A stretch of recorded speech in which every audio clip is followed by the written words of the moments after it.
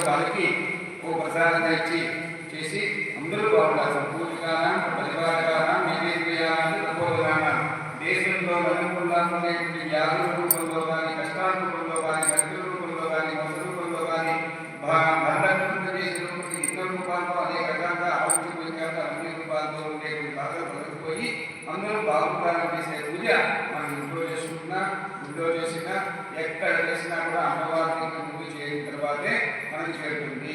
ఇది సత్యము. నేను చేసే పూజ మా ఇంట్లో కూడా తప్ప పక్కవారికి నేను పూజ చేయాలి అనుకుంటే అది అవివేకం. మనం పూజ చేయడం వల్ల మన ప్రాంతం కూడా బాగుంటుంది. ఆ ప్రాంతం అంతా బాగుంటే మళ్ళీ ఇంకోసారి పూజ చేయాలనేటువంటి ఆలోచన మనకు వస్తుంది. అంతేగా మన పూజా ఫలితాన్ని, మన అభిషేక ఫలితాన్ని, మనం చేసే ధ్యాన ఫలితాన్ని, మంత్రసారాన్ని అన్నిటికీ అమ్మకే మూలాధారంగా ఇచ్చేసి రాజమాతంగేశ్వరి, రాజశ్యామల ఇవన్నీ ఎలాగా పాఠకేరి, మంత్రనాయకుని